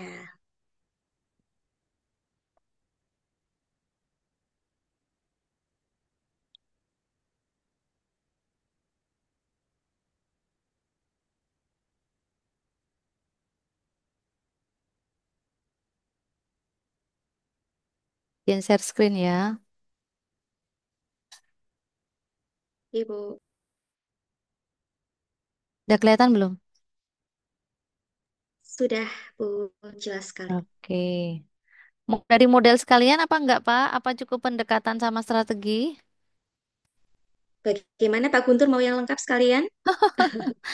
Jadi kayak tadi ya, tadi kan udah digambarkan ya di sini ya. Di sini ini model itu kan yang paling lengkap memang model karena dia punya sintaks. Nah, di dalam model itu ada pendekatan, boleh ada strateginya, boleh ada metode, boleh teknik. Ini sifatnya juga tidak wajib gitu ya. Saya model aja nggak pakai pendekatan, nggak pakai strategi juga boleh. Saya mau langsung strategi aja ngajar itu nggak pakai pendekatan juga boleh gitu ya. Ya nggak boleh tuh ya nggak ngajar gitu ya. Jadi semuanya sebenarnya boleh karena kita ingin transfer of knowledge. Ini hanya untuk memudahkan kita lebih teratur saja. Dan kepada anak kita nggak perlu harus wajib menjelaskan anak-anak kita hari ini memakai model pembelajaran project based learning gitu ya. Tidak harus seperti itu. Yang penting anak-anak tahu aktivitas apa yang akan kita lakukan hari ini. Aktivitas kita adalah bla bla bla. Nah, seperti itu. Tidak perlu mereka sekarang kita sedang menggunakan strategi apa anak-anak? Diferensiasi. Tidak perlu gitu ya. Itu tidak wajib gitu untuk menjelaskan kepada mereka. Nah, tapi kita sebagai guru perlu tahu. Model ini kerangka konseptual. Kata urutannya, kata kuncinya itu ada langkah-langkah urut gitu ya. Ada komponen-komponen yang digunakan untuk mengatur dan mengarahkan pembelajaran. Contoh model pembelajaran ada project based learning, problem based learning, inquiry based learning, sama discovery learning. Kemudian kalau pendekatan, pendekatan itu filosofi, pandangan umum. Kenapa tadi ada pembelajaran mendalam? Karena memang pendekatan ini berbicara terkait dengan filosofi, sesuatu yang lebih dalam, gitu ya. Sehingga ini kata kuncinya. Contohnya ya tadi ada teacher center learning, student center learning. Nah, salah satunya di sini ada deep learningnya. Kemudian di strategi pembelajarannya ini tapi dia lebih spesifik. Ada tindakan yang dilakukan untuk mencapai tujuan dalam rangka untuk memfasilitasi proses pembelajaran. Langkah-langkahnya lebih spesifik. Nah, strategi pembelajarannya bisa pakai cooperative learning, think pair share, jigsaw, role playing, problem solving, differentiation learning. Ini masuk ke strategi. Kemudian yang ke metode pembelajaran, cara yang sistematis. Nggak apa-apa lewat aja. Nggak apa-apa lewat aja. Maaf ya. Saya lanjutkan ya. Di metode ini cara yang lebih sistematis untuk mengatur dan mengarahkan aktivitas pembelajaran. Jadi, adaptasi pemahaman siswa. Contohnya apa? Contoh metode pembelajarannya demonstration, simulation, discussion, mind mapping. Konsep mapping sama mind mapping. Biasanya kalau eh, peta konsep sama peta pikiran. Ya, kadang-kadang banyak yang kita terbolak-balik ya. Apa bedanya konsep mapping dengan mind mapping? Kalau mind mapping itu terbuka, sifatnya ide-idenya itu terbuka, ingin mendeskripsikan seseorang. Boleh dari sifatnya dulu, boleh dari fisiknya dulu gitu ya. Ini bisa ke mind mapping. Tapi kalau konsep mapping biasanya ada hubungan hierarki. Contoh ingin menjelaskan tentang fotosintesis. Itu kan urutannya jelas gitu ya. Nah, ini kita pakai konsep mapping. Kata kuncinya kalau konsep mapping ada urutan hierarki, mind mapping dia brainstorming. Ide-idenya lebih terbuka. Kemudian di teknik pembelajaran, dia alat khusus yang langsung aplikatif gitu ya. Contohnya eh, KBL chart langsung kita pakai. Apa yang saya tahu, apa yang ingin saya tahu, apa yang saya pelajari. Grafik organizer, peer tutoring. Nah, ini pakai teknik pembelajaran. Itu eh, perbedaan terkait dengan model, pendekatan, strategi, metode, teknik gitu ya. Tidak perlu bingung. Kalau yang dipakai di modul ajar yang mana? Tergantung. Kalau kita di kegiatan intinya kita mau pakai model pembelajaran, maka di modul ajar kegiatan inti sintaknya sesuai dengan model pembelajaran yang kita sepakati, ya, yang kita pilih. Kalau kita pengen di kegiatan inti itu langsung ke tahapan pendekatan pembelajaran, kalau misalnya pendekatan mendalam, berarti langsung kegiatan inti. Satu, memahami ngapain aja. Dua, mengaplikasi ngapain aja. Ketiga, merefleksi ngapain aja, gitu. Nah, kalau misalnya mau langsung di kegiatan inti strategi pembelajaran, gitu ya, kita bisa meletakkan diferensiasi proses kontennya di bagian aktivitas yang mana, prosesnya apa saja, kemudian produk yang diharapkan apa saja. Tetapi gitu ya, kalau mau sempurna gitu ya, kalau mau mendekati lah ya, kalau sempurna kan tidak ada ya. Mendekati, maka kalau boleh saya sarankan, pakailah di kegiatan inti itu, pilihlah model pembelajaran. Karena ketika model pembelajaran, nanti pendekatan bisa kita masukkan di dalamnya, strategi bisa kita masukkan di dalamnya, metode kita masukkan dalamnya, teknik bisa kita masukkan di dalamnya. Jadi yang paling sintaksnya itu lengkap itu di model pembelajaran. Seperti itu Pak Guntur untuk pertanyaan yang pertama. Yang kedua apa, Bu? Oke, baik, Bu Puji. Pertanyaan kedua, saya penasaran dengan pembelajaran yang buat poster itu. Apakah setelah mereka publikasi poster tentang isu lingkungan, ada perubahan perilaku dari warga sekolah? Apakah ada juga kebijakan sekolah terkait dengan program sekolah terkait isu lingkungan tersebut? Boleh diceritakan dong, Bu, mau adaptasi gitu, Bu. Oke. Masih dari Pak Guntur. Oh, masih dari Pak Guntur. Aduh, Pak Guntur ini boros Iya. ya, gitu ya. Eh, Ya, jadi itu fokusnya kalau di integrated learning atau pembelajaran yang holistik tadi kan ada empat ya. Olah pikir, olah rasa, olah hati, sama olahraga. Nah, fokus Pak Guntur ini di olahraga. Olahraga itu jangan bayangkan terus ini ya. Jangan terus kita senam di dalam kelas ya. Maksudnya itu fokusnya ke kinestetik. Sebuah gerakan ya yang diawali dari satu kelas itu. Jadi kita karena memang ini juga match sama tema P5 gaya hidup berkelanjutan. Kebetulan ya sama ya. Di gaya hidup berkelanjutan itu juga isunya adalah isu eh, sampah. Ya, kalau di sekolah kami itu isu sampah. Jadi ini bisa saling berkesinambungan, cuma baru di sampah di sekolah kami. Belum sampai yang save water sama save electricity ini belum ke semua sekolah. Yang semua kelas ya maksud saya. Yang baru yang di kelas yang saya ampu.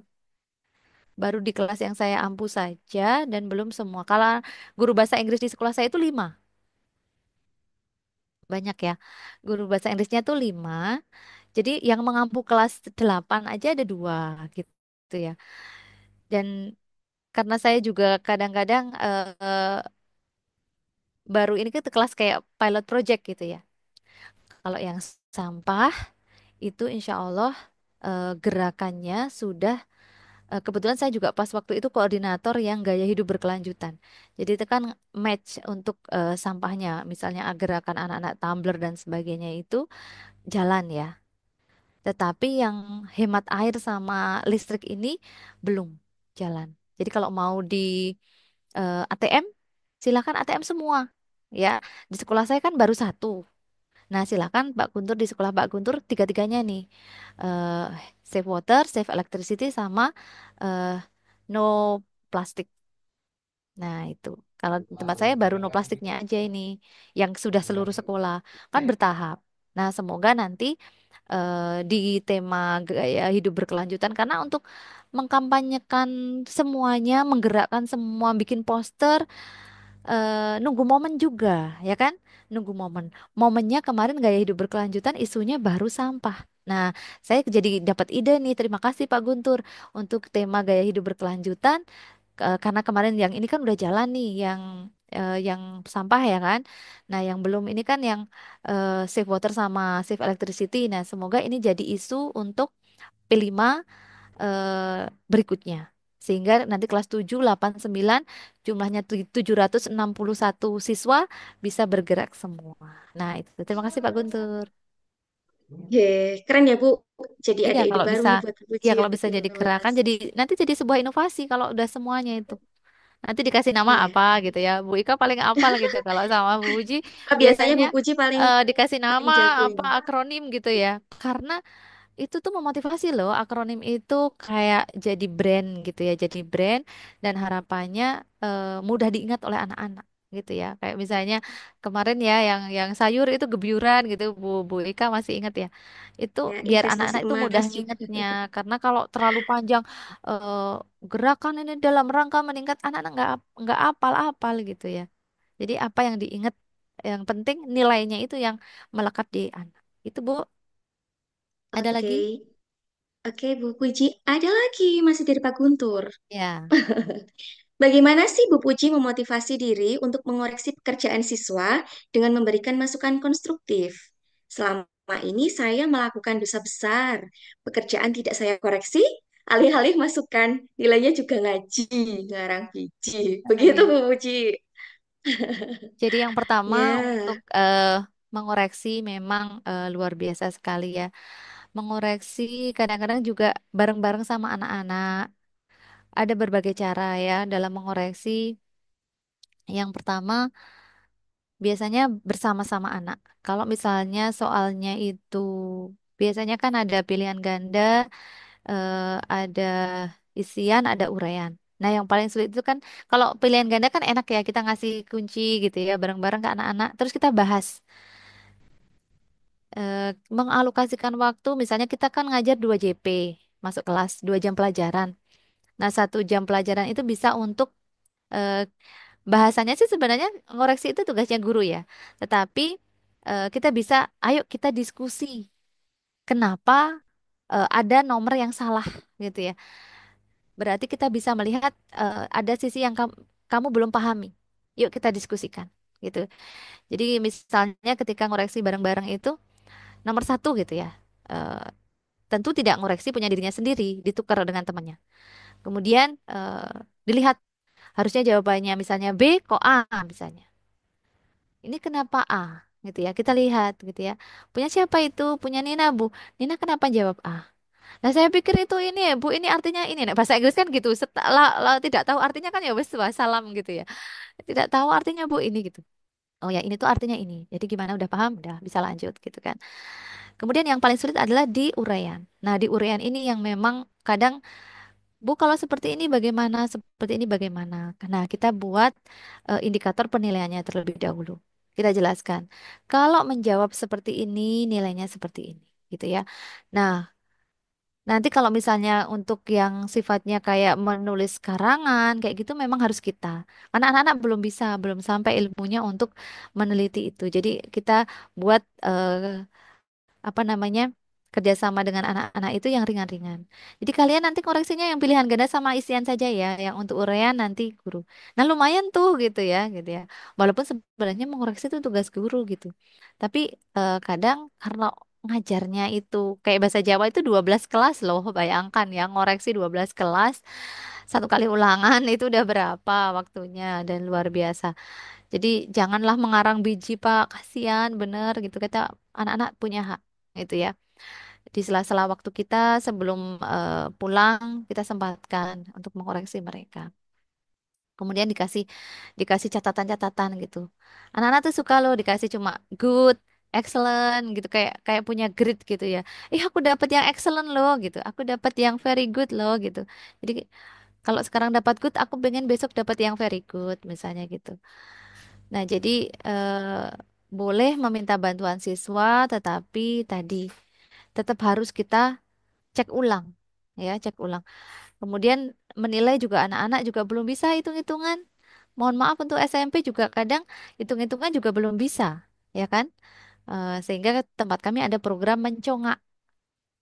Semua guru tanpa terkecuali 15 menit sebelum pulang sekolah ngetes mencongak pembagian, tambah-tambahan, perkalian, kemudian pengurangan. Itu sudah ada tim literasi numerasi itu biasanya membuatkan soal mencongak ya untuk membantu anak-anak eh, numerasinya karena hasil rapot pendidikan kemarin untuk literasi 100% sekolah kami tetapi numerasi kan belum sehingga eh, nggak bisa itu dipasrahkan guru matematika aja itu nggak akan mampu sebanyak itu ngatasi murid sebanyak itu. Jadi bareng-bareng semua guru berkewajiban untuk membantu terkait numerasi. Bagaimana mereka bisa mengerjakan soal numerasi yang sepanjang itu sedangkan mereka tambah-tambahan belum bisa gitu kan? Sehingga oke, ayo kita balik dari nol nggak apa-apa kayak gitu. Itu kemudian yang mengoreksi tadi, yang penting kita punya KKTP yang jelas, ya, punya panduan yang jelas. Kalau lebih mudah itu ngoreksi nomor satu, satu semua gitu. Jadi kayak punya udah punya apa namanya ya, punya apa ya Bu namanya ya, panduan, panduan nomor satu itu seperti ini. Kalau skornya 4 itu yang seperti ini, tiga seperti ini, dua seperti ini. Satu-satu semua gitu. Kalau saya seperti itu lebih cepat. Ngoreksi satu semua. Terus nanti nomor dua, dua semua gitu sampai 32 siswa. Terus nanti kalau soalnya sampai 5. Soal mengarang ya memang membaca indah ya. Membaca gitu ya. Ya jangan pelit-pelit lah Pak menilai ke anak. Karena biar anak juga termotivasi gitu. Nah ini udah bagus, udah luar biasa kok, udah keren nih, udah bisa membuat kalimat seperti ini itu udah bagus gitu. Tapi saya ini masih berbantu ini Bu buka-buka Google Translate nggak apa-apa. Tapi ini dari Google Translate salah ya. Kadang-kadang Google Translate itu nggak punya perasaan, padahal kayak satu kata itu dalam bahasa Inggris kadang memiliki beberapa arti gitu. Oh, jadi like itu artinya macam-macam ya, Bu. Bisa diartikan suka, bisa diartikan seperti ya, Bu. Nah, dialog seperti ini yang kemudian mereka butuhkan. Gitu ya. Mereka merasa kayak kayak didampingi gitu ya. Mereka merasa kayak kesalahan mereka itu nggak di apa namanya terlalu disalahkan oleh gurunya. Seperti itu Pak Guntur. Semangat ngoreksi Pak Guntur. Nah, begitu ya, Bu. Jadi mencongak keluar lagi, Bu. Dari zaman saya SD muncullah lagi Ya, mencongak ya, Bu. oh. Ternyata penting penting sekali juga untuk Ya anak-anak yang sekarang ini. karena itu di sesi terakhir pulang sekolah. Jadi siapa yang bisa itu boleh pulang itu jadi seru sekali gitu. Jadi kan bahkan yang sudah menjawab itu mereka nunggu-nunggu di pintu nggak. Kamu kan Mm-mm. udah pulang aja nggak mau Bu lihat keseruan mereka menjawab rebutan. Jadi pertanyaannya tuh rebutan. Yang cepat Jadinya jawab beda silakan jauh. pulang. Mm-mm. Jadi udah jam bel pulang itu. Bel pulang baru mereka itu. Ada lagi dari Pak Guntur? Ada lagi, Bu. Terakhir nih, Bu. Oh ya. Mungkin ini pertanyaan keluar konteks, Bu. Saya pribadi belajar bahasa Inggris di sekolah kurang lebih sudah 9 tahun. SD, SMP, SMA. Tapi keterampilan berbahasa Inggris saya kayaknya gitu-gitu aja. Sebenarnya apa yang salah nih, Bu? Gitu. Tidak ada Apa yang yang salah. salah ini, Bu? Ya, Saya karena juga masih perlu belajar juga, Bu. Kalau soal bahasa Inggris mah saya angkat tangan. ya, apalagi karena saya aja guru bahasa Inggris juga kemampuan saya juga pas-pasan gitu. Jadi memang iklim ya, iklim berbahasa Inggris itu yang mungkin belum kita dapatkan. Jadi saya tuh suka bahasa Inggris tuh sejak SD, Pak. Suka bahasa Inggris tuh sejak SD, suka menulis. Jadi zaman dulu tuh kan nggak ada lirik lagu ya. Jadi kalau ada eh, lagu bahasa Inggris dari TV, dulu kan TV tabung itu ya. Saya tuh tulis sedengernya saya. sedengarnya saya gitu saya tulis. Jadi diawali dari suka dulu. Saya tulis. Jadi saya tuh punya buku khusus yang isinya lirik lagu gitu. Nah, kadang eh, tulisan saya itu dulu kan ada majalah Aneka, ada majalah itu yang itu nanti kadang muncul lirik lagu berbahasa Inggris lah. Saya cocokkan biasanya itu. Saya cocokkan antara yang saya tulis tuh, iya Allah ternyata salah gitu. Yang kedua, eh, dulu kan zaman LKS ya. Biasanya di LKS itu saya kerjakan dulu sebelum guru menyuruh. Saya itu kerjakan dulu karena saya suka. Itu tidak terjadi di mapel yang lain ya, karena saya sukanya di situ. Saya tuh kerjakan dulu itu cara saya untuk menambah kosakata. Saya zaman dulu kan pakainya kamus ya. Jadi perkata gitu ya. Saya buka gitu. Nah, bedanya dengan anak sekarang, kenapa tidak melekat karena bukanya Google Translate, effortnya kurang. Ya kan? Perkata-kata itu kurang. Nah, itu memang saya kadang pakai cara lama gitu ya. Cara lama tuh ngedrill ya. Cara lama itu ngedrill. Kosakata itu dihafalkan di awal. Karena kalau nggak itu tuh nggak ngelekat. Pertama tulis. Cara Ali bin Abi Thalib untuk melekatkan ilmu itu dengan cara menulis. Tulislah sebanyak-banyaknya. Semakin kamu menuliskan sebanyak-banyaknya itu akan melekat di dalam pikiranmu. Makanya kenapa guru itu harus suka menulis. Karena kita itu mudah lupa. Kita itu mudah lupa sehingga kita harus menuliskannya. Gitu ya. Itu cara melekatkan ilmu kepada anak-anak. Tulislah. Kemudian ingatlah, hafalkan. Emang dari taksonomi Bloom itu memang menghafal itu di C apa ya? C1, C1 apa C2? C1 kan ya. Paling rendah memang tahapan rendah. Tapi tak mengapa gitu ya. Tak mengapa memang diawali dari eh, memperoleh ilmu pengetahuan dari yang rendah terlebih dahulu. Baru nanti dia bisa mengaplikasikan gitu ya. Nah, kemudian saya juga suka dulu sampai ikut les. Nah, di les ini kenapa lebih cepat? Karena intensif. Satu lawan satu. Atau satu lawan paling teman saya tuh dua sampai tiga baru les. Sedangkan di kelas muridnya 32, ya kan? Ketemunya cuma 2 jam pelajaran. Ya, sangat sedikit sekali intensitasnya. Jadi, kalau memang mau menguasai, tidak cukup di sekolah saja. Dia harus, apa namanya, juga otodidak. Ya otodidak belajar karena kalau tidak diasah saya saja kemudian ngajar SMP juga banyak dicampur dengan bahasa Indonesia banyak yang hilang bahasa saya akui itu memang banyak yang rontok begitu jadi jangan salahkan kurikulumnya ya mungkin karena memang gurunya juga mungkin saya menyadari kurang memberikan contoh ya di kelas harusnya saya ngomong bahasa Inggris dari awal masuk sampai akhir. Kalau seperti itu mungkin gitu ya, anak-anak akan gitu ya. Tapi kadang-kadang rasa nggak tega gitu. Bu, artinya apa? Kita artikan salah siapa? Salah saya lah gitu ya. Harusnya tidak biar anak cari sendiri. Tapi tadi sisi-sisi tidak tega gitu ya. Akhirnya kita kemudian ngomong, diterjemahkan. Sebenarnya nggak boleh menerjemahkan seperti itu. Karena nggak ada effort dari anak-anak. Seperti itu. Jadi eh, kurikulum sudah bagus, tinggal ke gurunya sebenarnya ya. Gurunya yang memang effortnya harus luar biasa. Eh, Seperti itu, Pak Guntur. Tetap semangat belajar bahasa Inggris, Pak. Nanti WA-an sama saya, Pak, pakai bahasa Inggris, oke? Saya juga butuh les sepertinya sama Bu Nah, Cici. itu 1,5 LT ya gitu-gitu aja. Apa harus pakai teknik MRC? Nah, sekarang sudah ada AI yang ngomong bahasa Inggris, bisa ajak ngobrol pakai AI, ya kan? Jadi kita tanya gitu, dia jawab, terus dia betulin lagi. Kalau kita salah jawab, terus eh, dia jawab, apakah maksud kamu mau bilang kayak gini, kayak gitu. Dia sekarang kayaknya kayak gitu, canggih kan? Nah, gitu. Jadi kalau misalnya malu mau ngajak eh, ngobrol sama saya, bisa unduh itu aplikasi AI untuk ngobrol bahasa Inggris gitu. Apa namanya? Nanti saya WA Pak Guntur. Itu ada lagi sudah jam setengah 10 ngomong-ngomong. Baik, Anak saya Pak Guntur, tidur terima sendiri kasih itu untuk di belakang akhirnya pertanyaannya. ya. Tidak ada acara Nina Bobo dia tuh di belakang saya itu tidur sendiri. Aduh, ada. Pak Pak Pak Baik, Catur ini yang salah. Gimana? Ada terima lagi kasih Bu Pak Ika? Guntur untuk pertanyaannya. Ini kalau dari kolom chat sudah habis.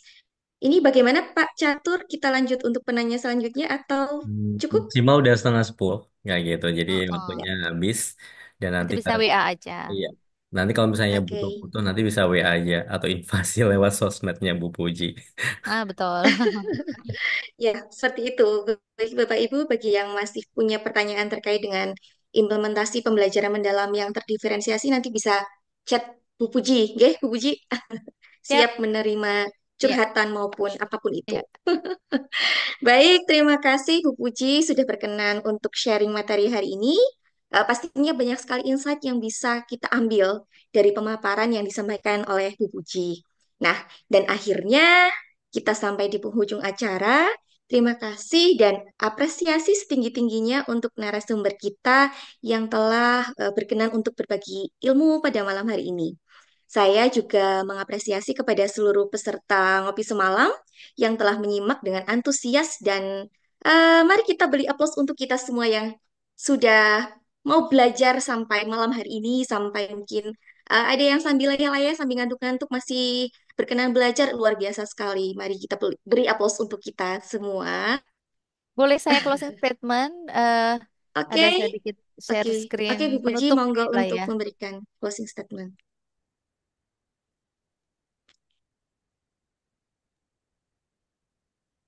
Baik, Bu Puji, monggo untuk closing statementnya. Ya, eh, intinya bahwa guru perlu jadi fasilitator dalam deep learning ya Bapak Ibu. Karena fasilitator itu bukan sekadar mengajar, tapi membimbing. Bukan fokus pada jawaban, tapi proses berpikir. Kemudian menciptakan pengalaman belajar yang bermakna. Bagaimana caranya? Caranya dengan ajukan pertanyaan yang memantik, gunakan diskusi kelompok kecil, berikan umpan balik yang membimbing, ajak siswa membandingkan konsep, libatkan refleksi mendalam. Terakhir, kata Confucius, I hear and I forget. I see and I remember. I do and I understand. Saya mendengar dan saya lupa. Saya melihat dan saya ingat. Saya melakukan dan saya memahami. Jadi pengalaman langsung atau learning by doing adalah cara terbaik untuk memahami sesuatu secara mendalam. Saya tunggu Bapak Ibu semuanya menerapkan. Karena dengan menerapkan Bapak Ibu akan ingat dan Bapak Ibu akan lebih memahami. Terima kasih. Wassalamualaikum warahmatullahi wabarakatuh. Waalaikumsalam. Waalaikumsalam warahmatullahi wabarakatuh. Closing statement yang sangat luar biasa, Bu Puji. Terima Mantap. kasih sekali lagi. Mantap. Terima kasih sekali lagi untuk Bu Puji dan semua pihak yang berkontribusi sehingga acara pada malam hari ini, ngopi semalam pada malam hari ini bisa berjalan dengan lancar dan bisa kita mendapatkan pengalaman belajar yang luar biasa.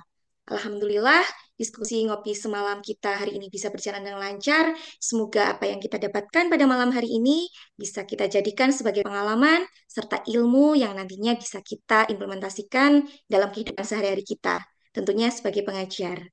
Saya Ika Vita selaku moderator sesi ngopi semalam pada malam hari ini pamit undur diri. Terima kasih atas perhatiannya. Kurang lebihnya mohon maaf. Sampai jumpa di sesi selanjutnya. Selamat malam dan selamat beristirahat untuk Bapak Ibu semua. Wassalamualaikum warahmatullahi Waalaikumsalam wabarakatuh. warahmatullahi wabarakatuh. Warahmatullahi wabarakatuh. Luar biasa, Masya Allah, kolaborasi yang super ya malam hari ini ya. Bener kan? Kalau Bu Puci udah ini suaranya dikeluarkan itu luar biasa ya. Semuanya kayak kepingin nggak mau tidur gitu Bu malam hari ini. Dan mudah-mudahan teman-teman yang ada di yang hadir pada malam hari ini bisa menerapkan ilmu yang tadi sudah disampaikan oleh Bu Puci. Kalau kurang puas nanti bisa japri ya Bu, boleh ya? Boleh sekali, insya Allah. Sekali lagi terima kasih Bu Puci dan Bu Ika, terima kasih juga sudah kerso membersamai Bu Puci. Mudah-mudahan suatu saat bisa kita ngopinya tidak secara daring tapi luring ya Bu. Betul, betul. Begitu. Sekali lagi Bu Sami-sami Ika dan Bu Bu. Puci Terima terima kasih kasih dan untuk kesempatannya. Bapak Ibu semua terima kasih yang sudah hadir pada malam hari ini. Sampai bertemu lagi di Ngopi Semalam yang ke-162 di Selasa depan dan Komunitas Guru Belajar Nusantara Kabupaten Wonosobo sekali lagi bekerja sama dengan SLCC PGRI dan Kominfo juga Dinas Dikpura Kabupaten Wonosobo. Sekali lagi juga terima kasih kepada Bapak Muhtarom yang sudah menemani teman-teman di Komunitas Guru Belajar Nusantara Kabupaten Wonosobo. Mudah-mudahan Selasa depan juga terima kasih dan selamat istirahat Bapak Ibu semua. Terima kasih sekali lagi Bu Puji. Sama-sama. Selamat istirahat. Ya, dan saya kembalikan ke Pak Catur. Monggo Pak Catur.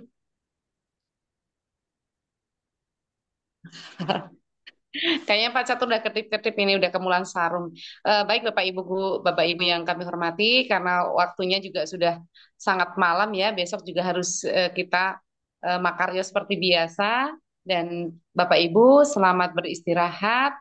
Ngopi semalam pada malam hari ini kami tutup. Saya akhiri. Wassalamualaikum warahmatullahi wabarakatuh. Waalaikumsalam warahmatullahi Assalamualaikum wabarakatuh. warahmatullahi Waalaikumsalam wabarakatuh. warahmatullahi wabarakatuh. Iya, selamat Ya, istirahat Bapak Ibu semua. sama-sama. Izin meninggalkan grup ya. Iya, Iya, terima kasih Bu Puji. Ya, enggak. sukses Terima selalu ya kasih untuk Pak KGBN Catur, Wonosobo. Bu Cucu. Ya, sama-sama Bu Ika sama Bu Ya, Puji. Sama Bu Ika.